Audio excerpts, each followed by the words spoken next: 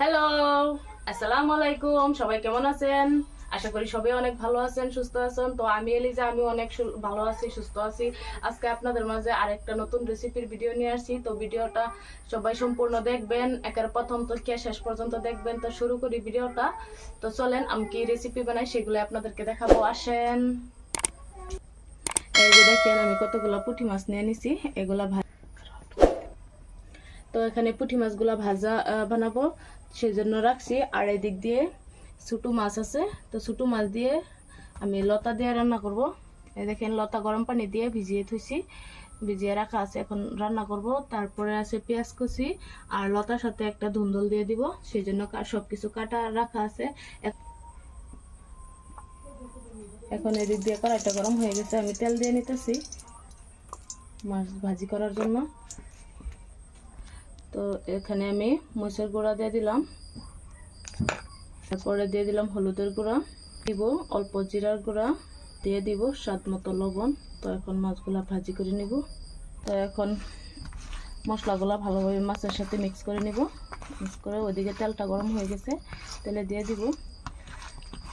যেহেতু আমাদের ঘরে একবারে কম মানুষ, আমরা 2জন মানুষ আর আমার ভাগ্নি একটা, তো 3জন মানুষ। তো বেশি কিছু রান্না করি না, অল্প অল্প করলে আমাদের হয়ে যায়। তো এই কয়টা মাছ নিয়ে নিছি। এখন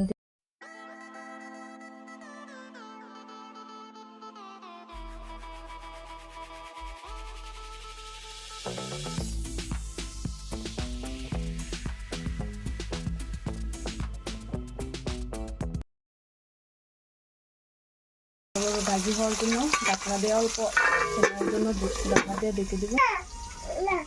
তো এখন দেখবো আমার মাছের ভাজিটা, দেখুন কত সুন্দর হয়েছে। এখন সবগুলা মাছ উল্টিয়ে নিব।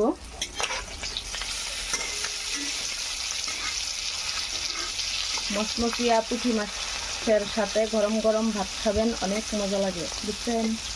নতুন পানির মাছ, এখন তো মানে মাছের অভাব নাই। আর এই পুঁটি মাছগুলোর ভিতরে ডিম আছে, বুঝছেন, ডিম আছে পেটের ভিতরে। তো আজকের আয়োজনে আমাদের রান্না বান্না হলো পুঁটি মাছ ভাজা আর লতা রান্না করব। এখন লতার জন্য ছোটো মাছের মধ্যে আমি মশলাগুলো দিয়ে দিব। দেখেন, প্রথমত দিয়ে দিব মরিচের গুঁড়া, আবার দিয়ে দিব হলুদের গুঁড়া, সাথে জিরার গুঁড়া, দিয়ে দিব লবণ। তো এখন ভাজিগুলা হয়ে গেছে, আমি নামিয়ে নিব। দেখুন কত সুন্দরভাবে হয়ে গেছে।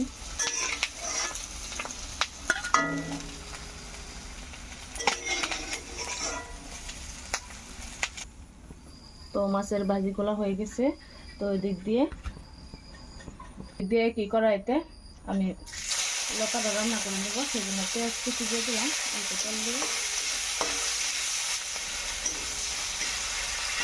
তেলটা ভাজা হয়ে গেলে, পেঁয়াজটা ভাজা হয়ে গেলে আমি মাছগুলো দিয়ে দিব। তো ফাইনালি মাছগুলো দিয়ে দিব।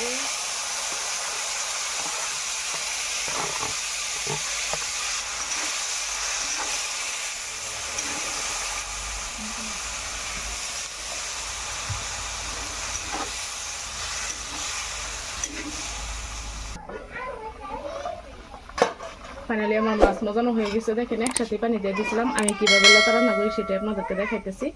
তো এই যে ছোটো ছোটো মাছগুলো তুলে নেবো, নাহলে ভেঙে দেবো। দেখেন, সবগুলা মাছ আমি বাড়িতে তুলে নিতেছি। তো সবগুলা মাছ আমি তুলে নিছি। এখন ওই পানির মধ্যে এগুলা দিয়ে দিব।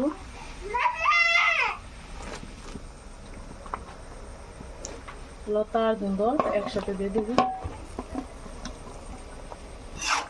দিয়ে নাড়াচাড়া দিয়ে ঢাকনা দিয়ে ঢেকে দিব রান্না হওয়ার জন্য।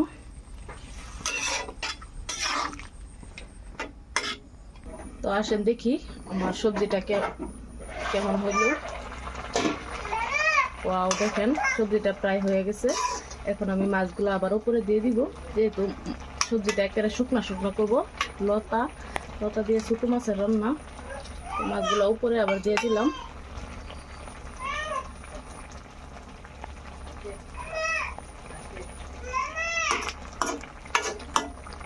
তো আর 2 মিনিট ঢাকনা দিয়ে ঢেকে দেবো, তারপর আমার সবজিটা পুরোপুরি হয়ে যাবে।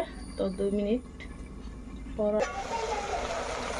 এই যে দেখেন আমার সবজিটা হয়ে গেছে। এখন অল্প চেটে দেখবো লবণটা ঠিক মতো চেক করে দেখি লবণটা ঠিক আছে কিনা। কত সুন্দর হয়েছে সবজিটা রান্না, অনেক ভালো লাগবে খাইতে। তো গ্যাসটা এখন অফ করে দেবো। তো আমার প্রিয় বন্ধুরা, আমার রেসিপিগুলো কেমন লাগে কমেন্টে জানাবেন। আর আমার লতা দিয়া ছোটো মাছের রেসিপিটা কেমন লাগছে, আর পুঁটি মাছ ভাজা কার কার ভালো লাগে এইগুলা সবজি খেতে কমেন্টে জানাবেন। আর সবাই ভিডিওগুলো সম্পূর্ণ দেখবেন, আশা করি সবারই ভালো লাগবে। তো ভিডিওটা ভালো লাগলে প্লিজ একটা লাইক করে দিবেন, আর সবাই সাবস্ক্রাইব করে দিবেন। আশা করি সবাই ভিডিওগুলো দেখবেন। আমার চ্যানেলে গিয়ে, আমার ফেসবুক পেজে গিয়ে এলিজা ব্লগস ফেসবুক পেজ, আর এলিজা কিচেন 11 ইউটিউব চ্যানেল। তো সবাই ভিডিওগুলো দেখবেন। আজকের ভিডিও থেকে বিদায় নিলাম, আর একটা নতুন ভিডিও ব্লগ পাবেন। তো টাটা।